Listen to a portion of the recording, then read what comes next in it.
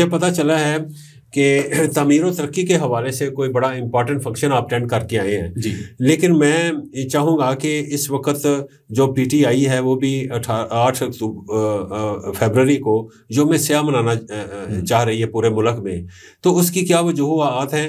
और वो जो कहते हैं कि इमरान साहब ने ख़त लिखा है, उसमें इमरान साहब ने जो ख़त लिखा है मुझे वैसे समझ नहीं आई थी कि सब जो है ना जी लकीर के फ़कीर हैं। हमारे जो मीडिया वाले भी हैं जी ख़त लिखा, जबकि इस्टेब्लिशमेंट कह रही है कि कोई ख़त नहीं मिला। तो बंदा पूछे कि एक बंदा जेल के अंदर है, एक कमरे में बंद है, ये बड़ा अहम सवाल है, बंद है, उसने खत कैसे लिख दिया? बिल्कुल ठीक है ना। तो इसका मतलब है ये प्रोपेगेंडा था।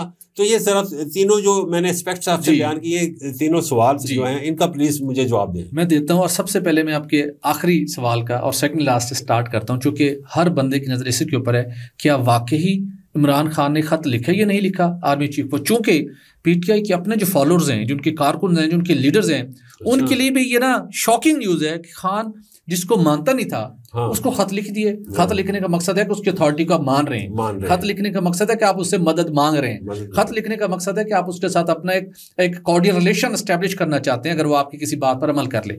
वो कहते हैं कि 1 इंच हो गया भाईजान, ये होया कि नहीं होया, सबके ज़हन में सवाल है। फिर आज अडयाला जेल के सुप्रिटेंडेंट ने भी, वो कहते हैं जल्दी पे तेल डाल दिया। अच्छा। उसने कहा जी कि सवाल ही पैदा नहीं होता कि यहाँ से कोई खत लिखे और यहाँ से खत जा रहा हो और वो जाके GHQ लैंड कर रहे हो और हम यहाँ को रेडियो बनाने में बैठे हुए हैं। यहाँ से कोई चीज़ ऐसी नहीं निकल जा सकती। सर्विलेंस बहुत ज़्यादा स्ट्रांग है वहाँ पे। और उनकी बात भी ठीक है। अगर उनकी बात ठीक है कि खत यहाँ से नहीं गया और उसने नहीं लिखा, और दूसरी तरफ से कहा जा रहा है कि खत लिखा भी गया है, तब दोनों में से कोई एक बात तो ठीक है, एक गलत है। अब ये दोनों बातें ठीक है। अच्छा। इंटरेस्टिंग क्या है, अच्छा, सुप्रिटेंडेंट अडयाला जेल की बात भी ठीक है और खत लिखे जाने की बात भी ठीक है। वो कैसे? तो वो मैं आपको बताता हूँ कैसे। अडयाला जेल से खत नहीं लिखा गया, वहां से कोई हार्ड कॉपी पे ऊपर लिख के, जिस तरह पुराने तरीकेकार होते थे। अब वो मोहब्बत के खतूत के तरीकेकार भी बदल गए और जंगों के और नफरतों के खतूत भी लिखने के तरीकेकार ना बदल गए। वहाँ से बहुत सख्त पहरा होता है, वहाँ से नहीं निकला। आपको याद है कि बानी PTI ने एक इंटरनेशनल मैगजीन में उन्होंने एक आर्टिकल भी उनका छपा थे। बिल्कुल छपा था, वो भी उन्होंने नहीं लिखा था। अच्छा, ठीक है। होता क्या है, उसी पैटर्न पे इस दफ़ा भी वारदात डली है। मुख्तलिफ शख्सियात जाती हैं, जो हेयरिंग के मौके पर उनकी मीटिंग्स होती हैं, कुछ शेड्यूल्ड दिनों को भी मुलाकातें होती हैं। तो उन्होंने ये आइडिया दिया, उसके ऊपर तैयारी हुई। PTI के अंदर कुछ लोग बैठे हुए बड़े, उनके थिंक टैंक, उनके स्टालवार्ड, उन्होंने चीज़ ड्राफ्ट की। ड्राफ्ट होने के बाद वो चीज़ फिर 2 लोगों ने जाके जब अगली दफ़ा गए, उन्होंने बताया कि ये सैलेंट फीचर्स हैं। उन सैलेंट फीचर्स को खान साहब को ऑन बोर्ड किया गया, उन्होंने गो हेड दिया। उसके अंदर उनका माइंड अप्लाई किया उन्होंने कि ये चीज़ें होनी चाहिए। अच्छा। उसके पैटर्न पे लिखने के बाद फिर उनको बताया गया। फिर उन्होंने कहा जी कि ठीक है, अब आप जाके बता सकते हैं कि मैंने army chief general Syed Asim Munir को ख़त लिख दिए है और ये मेरे उनसे मुतालबात है। इन चीज़ों पे मैंने तशवीश का इजहार किए, इन मामलात को बेहतर करें, मुझे यहाँ पे उनका रोल अपना प्ले करें।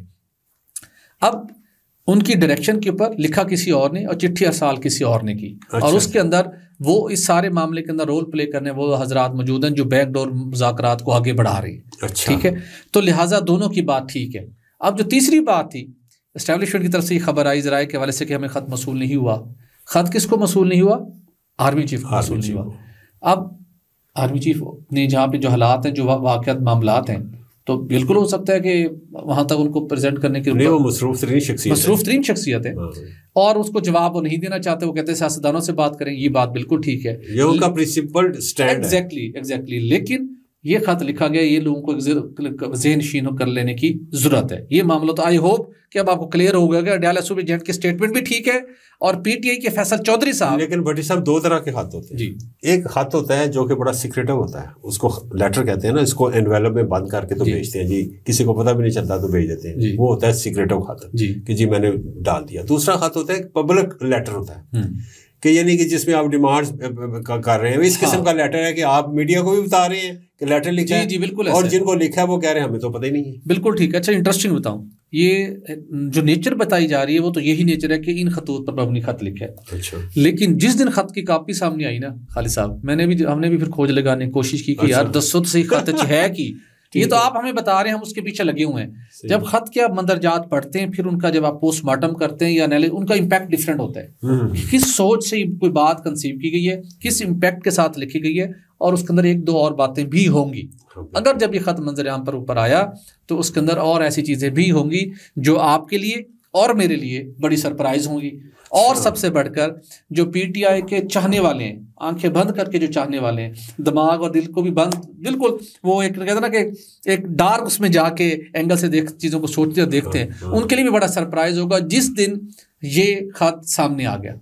क्योंकि इसके अंदर अभी और ऐसी इन्फॉर्मेशन है जो कि मंजर आम पर नहीं आई, वो और खत की कॉपी आने के बाद जब आप पढ़ेंगे चीज़ों के कॉन्टेक्स्ट के साथ तो फिर बड़ी उसके अंदर कहानी होगी। तो लिहाजा खत वाली अटेम्प्ट हुई है, ये तो हमने तय कर लेना चाहिए। चलिए, तो ये मामला था।